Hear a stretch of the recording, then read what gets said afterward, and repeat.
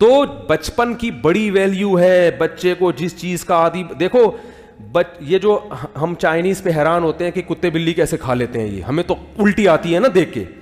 گورے کو بھی الٹی آتی ہے, گورا بھی کتا بلی نہیں کھا سکتا. گورا چائنیز کی چیزیں دیکھ کے حیران ہوتا ہے, یار یہ کیسے کھاتے ہو تم لوگ, یہ لال بیگ کیسے کھا لیتے ہو. تو چائنیز کیوں کھاتے ہیں؟ بچوں کو بچپن سے کھلا دیا. تو اب بچے کو لال بیگ نہیں ملے گا تو مر جائے گا ٹینشن سے. اس کو بلی کتا چاہیے بچے کو. تو جو گند بچپن میں کھلا دیا بچہ اس کا عادی ہو گیا. ہم نے نہیں کھائی تو ہمارے ہاں کوئی دین کو فالو نہیں بھی کرتا پھر بھی کتا, وہ کہتا ہے یار اتنا بھی کتا نہیں ہوں کہ میں اتنے کتے پنے پہ بھی نہیں آ سکتا کہ میں کتا ہی کھانا شروع کروں. اتنا لبرل گورا اتنا لبرل نہیں بن سکا اب تک.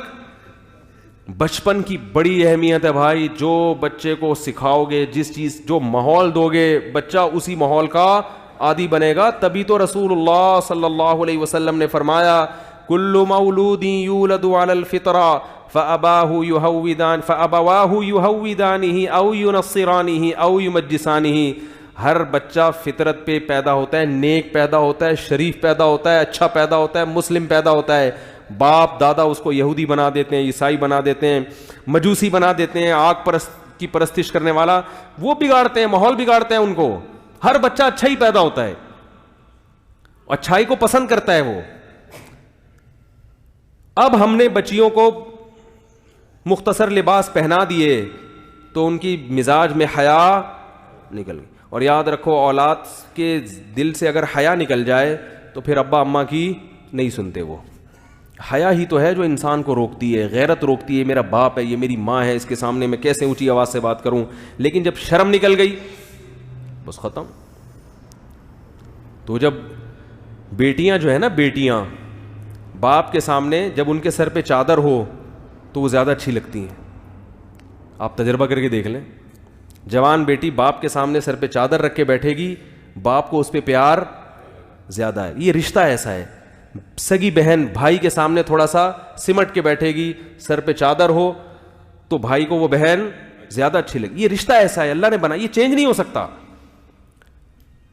لیکن کھرچ کھرچ کے ہمارا معاشرہ تباہ ہو گیا, کھرچ کھرچ کے.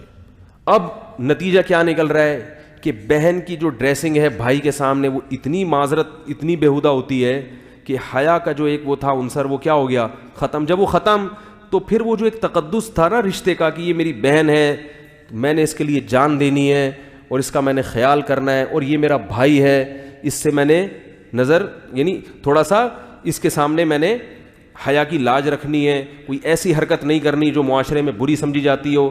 تو یہ سب چیزیں حیا ختم ہونے سے ختم. تو نہ وہ بہن بھائی کی عزت کرے گی, نہ بھائی بہن کی عزت کرے گا. تو تڑاک سے باتیں, وہ ادھر جا رہی ہے, پرس لڑ گیا, میں جا رہی ہوں, صحیح ہے نا, میں کسی سے پوچھ کے کچھ بھی نہیں کرتی, تو روک سکتا ہے روک لے. وہ کہتے ہیں تم جا رہی ہو تو میں بھی جا رہا ہوں. وہ ادھر انجوائے, وہ معذرت, جو ہو رہا ہے وہ اللہ بچائے ہم سب کو. سارا کلچر کیا کر دیا, تباہ کر دیا, برباد کر دیا. تو میرے بھائی اللہ نے کہا ہے کہ میں نے تمہیں پیدا کر کے چھوڑ نہیں دیا کہ تم جو مرضی کرتے رہو. وہ جو میں نے آیت پڑھی نا, اللہ نے فرمایا تمتعوا, مزے اڑا لو, اڑا لو مزے, جو کرنا ہے کر لو. فإن مصيركم إلى النار, آنا کہاں ہے, جہنم کی آگ کی. چھوڑوں گا نہیں میں. دنیا میں کوئی قانون ایسا نہیں ہے کہ آپ قانون کی دھجیاں اڑاتے رہیں اور حکومت آپ کو چھوڑتی رہے. اگر حکومت چھوڑتی ہے تو وہ کرپٹ حکومت ہے, جبکہ اللہ عدل کرنے والا بادشاہ ہے. اللہ نے قرآن میں کہہ دیا ام نجعل المتقین کالفجار, کیا ایسا ممکن ہے کہ جو تقوی والی زندگی اختیار کرتے ہیں ان کو اور جو تقوی والی زندگی اختیار نہیں کرتے دونوں کو ایک جیسا ٹھکانہ دے دوں؟ کیا یہ ممکن ہے؟ یعنی اللہ پر تو یہ الزام ہوگا نا. ایک عورت پردہ کر رہی ہے, حیا کے مطابق زندگی گزار رہی ہے, اپنے شوہر سے وفا کر رہی ہے, اس کے حقوق ادا کر رہی ہے, بچوں کی تربیت کر رہی ہے, وقت پہ نماز پڑھ رہی ہے, جو بھی اللہ نے اس کو حکام دیے اس کو فالو کر رہی ہے. ایک مرد ہے, وہ چہرہ بھی نبی صلی اللہ علیہ وسلم کی صورت کے مطابق رکھتا ہے, وہ رشوت سے بھی بچتا ہے, وہ اپنے گھر والوں کے حقوق بھی ادا کر رہا ہے, وہ والدین کی ذمہ داریاں بھی پوری کر رہا ہے, وہ جھوٹ سے بھی بچتا ہے. ایک تو یہ ہے, مرنے کے بعد یہ بھی مٹی ہو جائے اور چور, اچکے, چرسی, ہیروئن چیٹ, قاتل, ڈاکو, وہ بھی مرنے کے بعد بولو نا بھائی, زنا کرنے والے وہ بھی مٹی ہو جائیں.